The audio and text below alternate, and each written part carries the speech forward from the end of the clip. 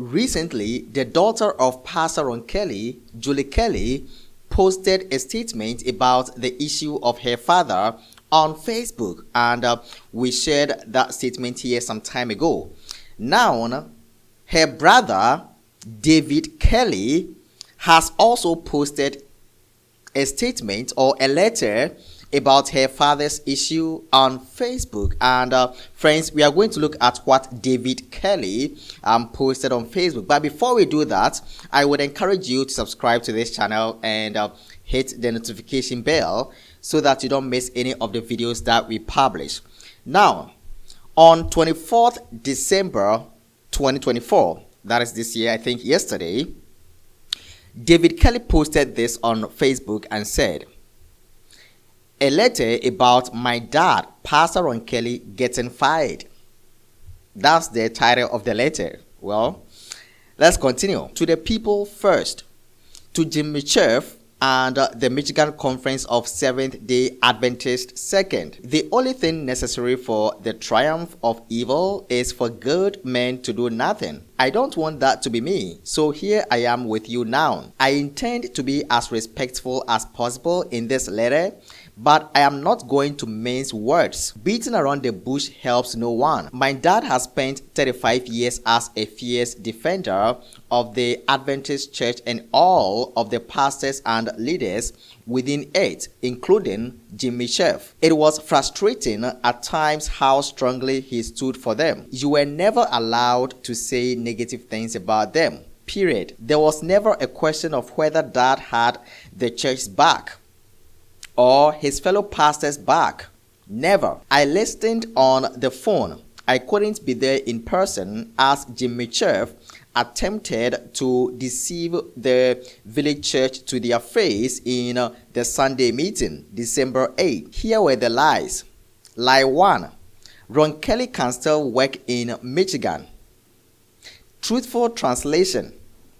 He is fired from working for the Michigan SDA conference, and what we mean is that if he wants to work for another company or organization in the state of Michigan, he can do so. Lie 2.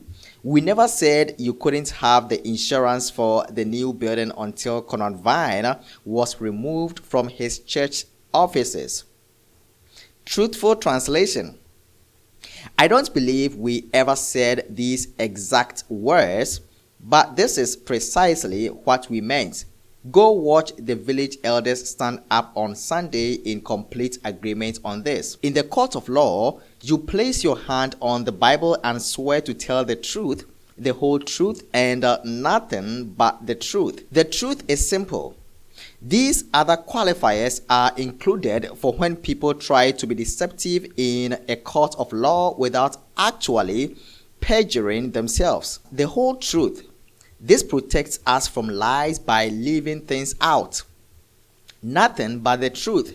This protects us from misleading statements that may not technically be lies, but they are deceiving. This is precisely what Jim Mitchell did in the Sunday meeting by making these deceptive statements. Do we need to bring out a Bible and make our conference president swear on it for him to be honest? This is the behavior we would expect from politicians in DC. How many lies are acceptable from a man who is the top leader of the Adventist Church in Michigan?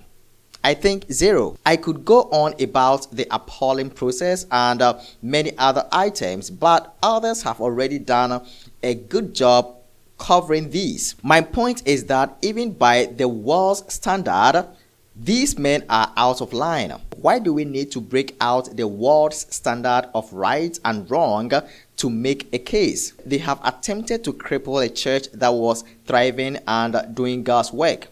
They have done this directly against the wishes of those who attend that church. They have walked all over the advancement of God's work for reasons they can't clearly state to us. Besides, it was a difference of opinion. John Mitchell, Sunday meeting, December 8. They have hidden behind closed-door committees. They have never presented formal charges or given him a chance to answer the charges. It appears they are attempting to drag this process out until everyone slowly forgets and momentum fades. These leaders are to be servants, not kings, making decisions on our behalf and forcing us to live with them. I believe these men are banking on the fact that you won't do anything. Personally, this is what I am doing. I am writing this letter to you now. I will not give one more penny of tithe to the Michigan Conference as long as this continues. I will still give it, just not to them. I will go one step further to Jimmy Cherf and those who closely participated in this decision and the deceptions. You have lied to the people.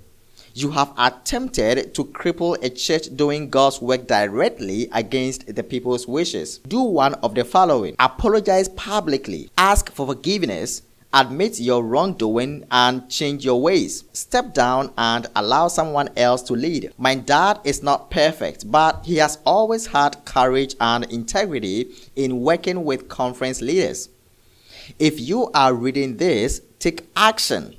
Always have the right spirit, but don't mistake doing nothing for doing what is right. So friends, that was David Kelly, the son of Pastor Ron Kelly, and he called Jimmy Cherf a liar, and also he stated that he was not going to return tithes to the Michigan Conference, but he was going to give it anyway, and it means that he was going to redirect tithe to maybe other conference, or I don't know what he's going to do, but that is what he stated. But I think this is not what the Bible wants us to do. In issues or situations like this, there are many people that sometimes decide not to return tithes or redirect their tithes. But as I said before, that is not what the Bible wants us to do. Even if people are doing things that are not right in the conferences, even if people are doing things that are not right in the churches, it does not give us the permission to stop returning tithe or to redirect tithe. No. We need to be faithful to God no matter what is taking place in the conferences, no matter what is taking place in the churches, So the tithe issue, I do not agree with David Kelly. So this is what David Kelly actually posted on Facebook on the 24th of December. What do you think about it?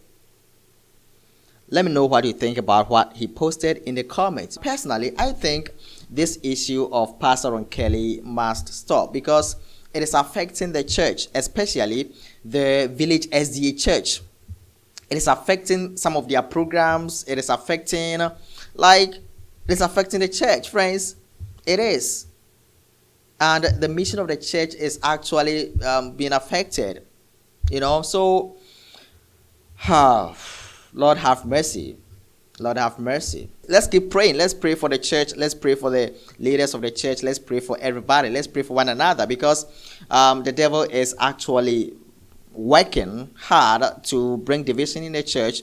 The devil is working hard to cause some kind of problems in the church. But friends, this is the time to be vigilant. There is a time to pray. There is a time to focus on the work of God. Friends, this is all that I had to share with you today concerning what David Kelly actually posted on his Facebook page. Thanks for watching. My name is Lawrence. See you next time. God bless.